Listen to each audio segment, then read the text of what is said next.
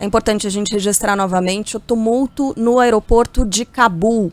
Voos comerciais foram cancelados, vídeos publicados em redes sociais mostram um verdadeiro caos, né? Quando a gente fala em caos, é aquilo ali que acontece. As pessoas, os cidadãos tentando entrar em aviões para deixar o país. Militares norte-americanos dispararam para o alto para tentar conter a confusão, mas é o caos instalado na capital Cabul, capital do Afeganistão, e sobretudo no aeroporto, a população tentando deixar o país. Essa crise enfrentada pelo Afeganistão, onde o Talibã voltou a comandar o país depois da retirada gradual de tropas dos Estados Unidos, mostra como a estratégia americana não deu certo, segundo análises, né, que a gente ouviu aqui de especialistas na Band News FM. Nos últimos dias, o grupo extremista islâmico vem conquistando o controle de novas regiões. Ontem assumiu a capital Cabul. O presidente do Afeganistão fugiu, buscou asilo no Tajiquistão e na sexta-feira o Talibã já havia assumido a cidade de Kandahar, que é a segunda mais populosa do país. Aí daí para frente era algo irreversível, né? Atualmente os extremistas comandam mais da metade do Afeganistão.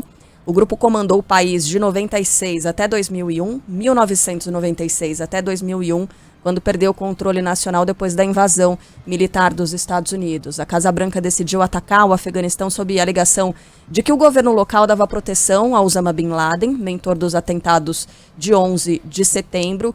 O governo americano gastou 830 bilhões de dólares desde 2001 para tentar enfraquecer os grupos terroristas na região. Só que os insurgentes conseguiram tomar carros blindados, armas de forças de segurança apoiadas pelos Estados Unidos, e hoje os talibãs usam veículos e rifles ocidentais.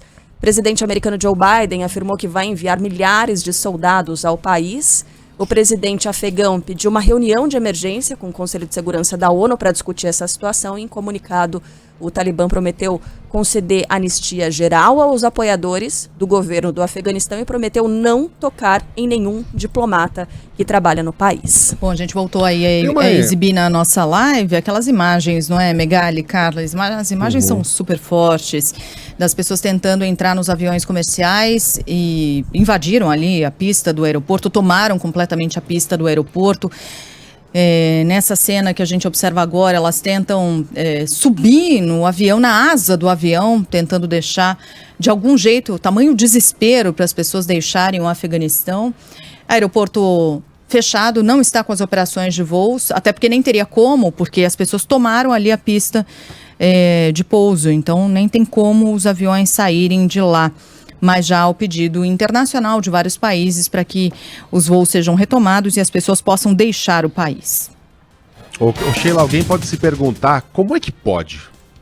Como é que pode um bando de gente intocada em caverna, utilizando o armamento que foi roubado dos próprios inimigos, mas em geral são velhas Kalashnikov, é um armamento antigo, arcaico, como é que pode esse grupo vencer um exército que foi treinado pela maior força bélica do mundo, que são os militares americanos?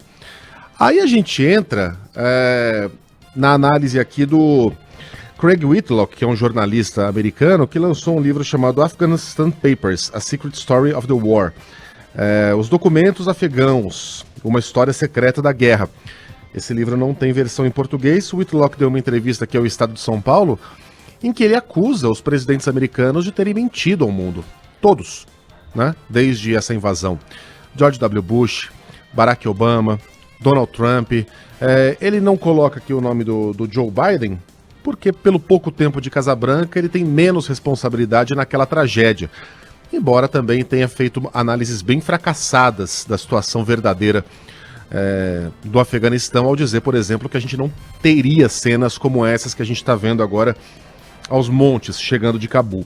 Diz aqui o Whitlock que os americanos gastaram bilhões de dólares para criar um exército de mentira. Oficialmente, são 350 mil pessoas treinadas pelos Estados Unidos, mas tanto os americanos quanto a OTAN sabia que aquele treinamento foi feito de uma maneira completamente incompetente, usando pessoas que não sabem ler, não sabem escrever, não sabem fazer conta, que deserdavam aos milhares, que provavelmente o contingente do exército treinado no Afeganistão era mais ou menos metade desse número de 350 mil homens. E os americanos sabiam da gravidade do quadro.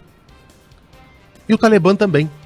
Por isso que o Talibã se preparou para essa retomada sob os olhos cúmplices, praticamente, do exército americano e da OTAN.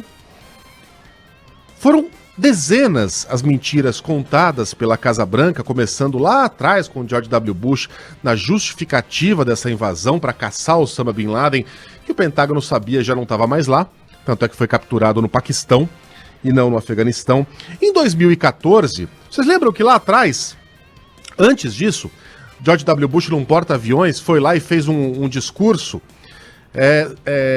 comemorando o fim da guerra no Iraque com uma faixa enorme escrita Mission Accomplished, missão cumprida.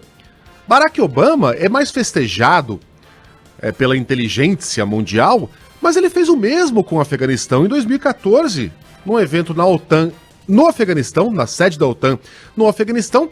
Ele foi lá e fez um discurso celebrando o fim da guerra. Tinha acabado nada.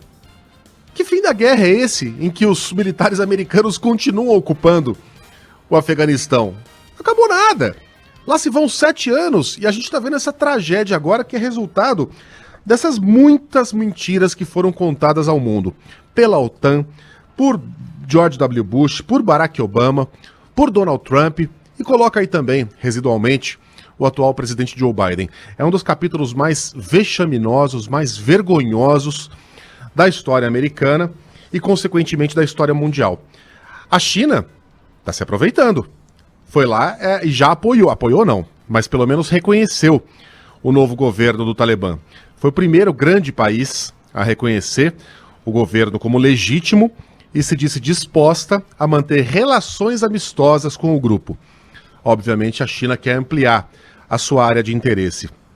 A Rússia também sinaliza que não vai oferecer problemas ao novo governo, não. Manteve a embaixada funcionando, não trouxe de volta os seus diplomatas, mas condicionou um reconhecimento do governo ao comportamento do Talibã nas próximas semanas. Então temos aí uma situação em que Rússia e China vão apenas observar o que está acontecendo, são duas potências locais, e provavelmente não teremos, portanto, uma ação do mundo ocidental para alterar esse cenário em que o Talibã volta a dominar uma área tão estratégica e tão importante na Ásia.